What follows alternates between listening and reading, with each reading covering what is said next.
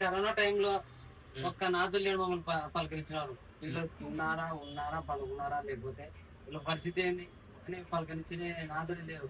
వాళ్ళు ఇళ్ళగల్లో ఎవరు మంచోళ్ళు ఉన్నారో వాళ్ళు వాళ్ళ చేతన కాటికి ఒక 2 కేజీలు బియ్యం 5 కేజీలు బియ్యం వాళ్ళు ఇచ్చి మా మీద ప్రేమతోటి వాళ్ళు కాపాడుకొని ఇస్తారు. మా చేతనైన వరకు వాళ్ళకి ఇచ్చేస్తా. ఈ కరోనాకు భయపడకోకుండా నేను దగ్గర ఉండి వాళ్ళకి చేసినాం. అట్లా తప్పితే అధికారి వచ్చి మా దగ్గరకు వచ్చి ఏరా బాబు మీరు పడుతున్నారా అని నాకదే లేదు. ఆ కరోనా టైంలో మా ఊరు చనిపోతే కూడా మేము అట్లా తీసినాం.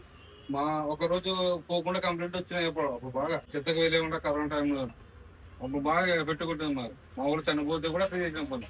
కానీ అప్పుడు లేని పట్టింపు ఇప్పుడు కొత్తగా అధికం ఈ రామ్కి కంపెనీ అప్పుడు కానీ వచ్చింది కరోనా టైంలో వచ్చింది.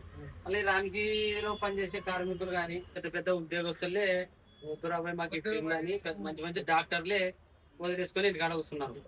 అలాంటప్పుడు మా కార్మికులు ఎవరే గాని భయపడకోకుండా ధైర్యంతో సావుకి ఎదురెక్కిపోయి పనిచేసినారు గ్రేటర్ హైదరాబాద్ లో. మేము ఒక స్వచ్ఛ సేవకులం అండి.